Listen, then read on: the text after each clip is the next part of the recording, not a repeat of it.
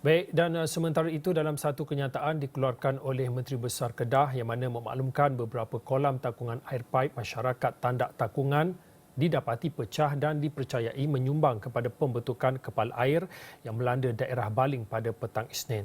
Menteri Besar Kedah Datuk Seri Muhammad Sanusi Maknor berkata tinjauan penduduk kampung ke Tandak Takungan di Gunung Inas yang membekalkan air masyarakat ke Kampung Caruk Kapas dan Kampung Caruk Rotan Mas mendapati ia telah pecah dalam tragedi tersebut.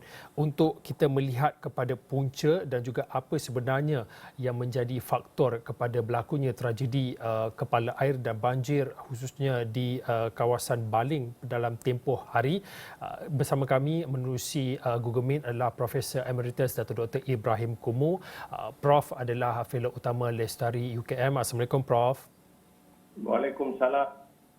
Prof, terlalu banyak cakap-cakap dan juga mungkin ada pandangan yang diberikan khususnya melihat kepada apa sebenarnya punca kepada tragedi banjir yang berlaku di Baling tempoh hari.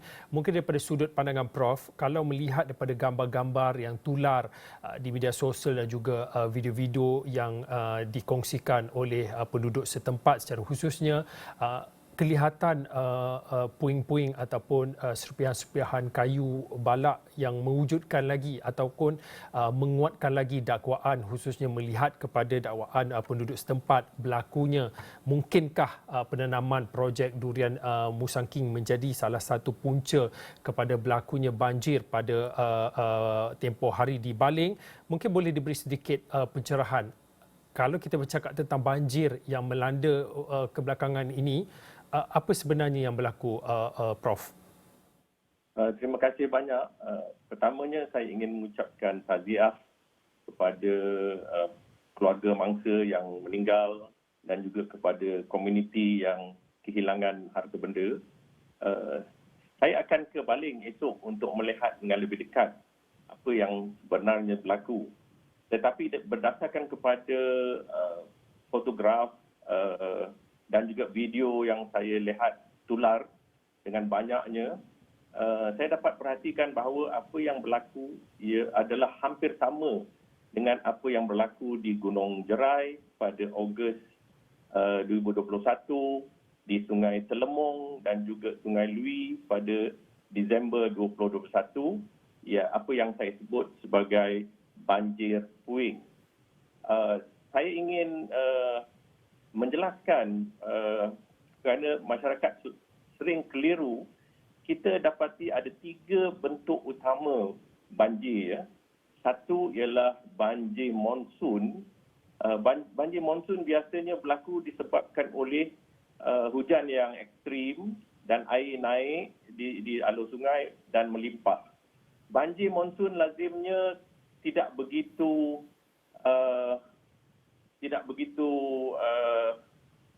merosakkan harta benda. Selebih-lebihnya adalah merosakkan tanam-tanaman. Jenis kedua ialah banjir lumpur. Banjir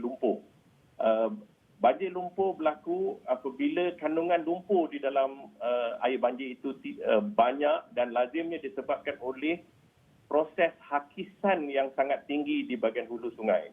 Dan proses hakisan yang sangat tinggi di hulu sungai itu juga boleh kita kaitkan dengan pembangunan di kawasan hulu, terutamanya pembukaan tanah ataupun pembalakan ataupun penanaman tumbuh-tumbuhan.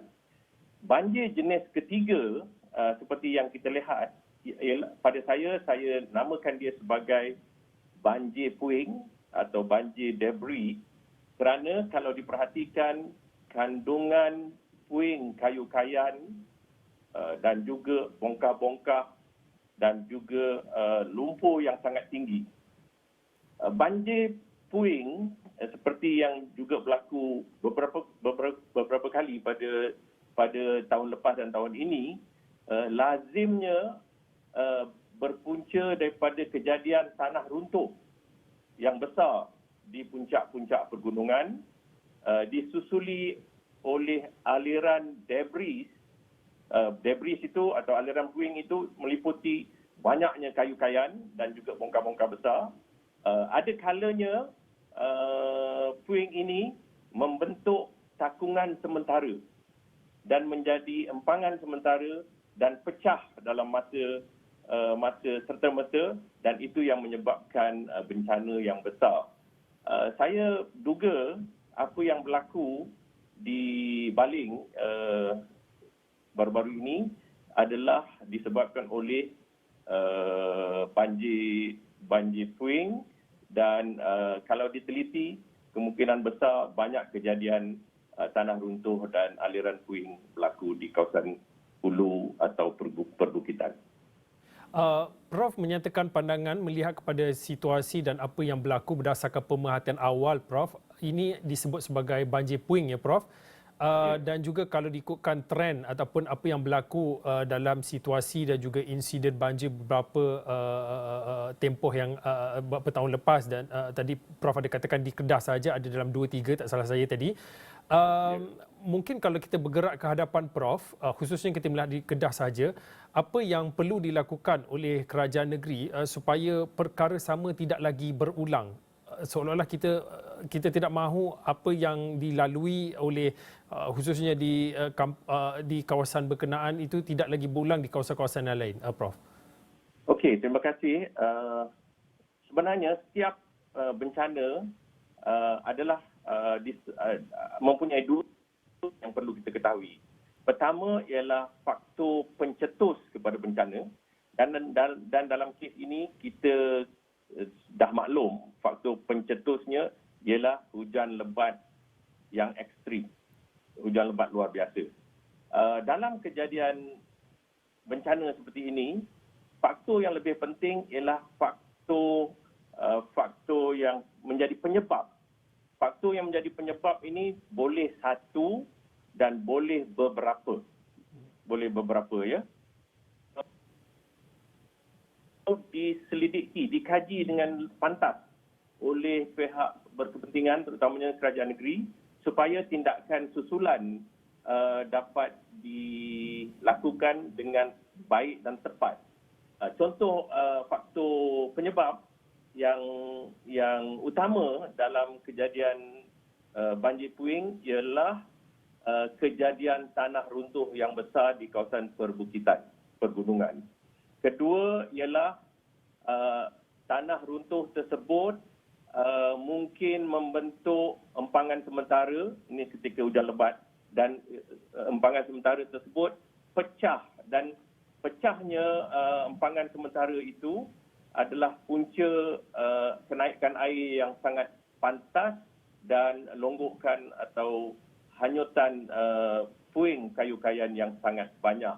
Mungkin ada yang cuba mengkaitkan ini dengan pecahan empangan-empangan kecil yang dibuat oleh masyarakat.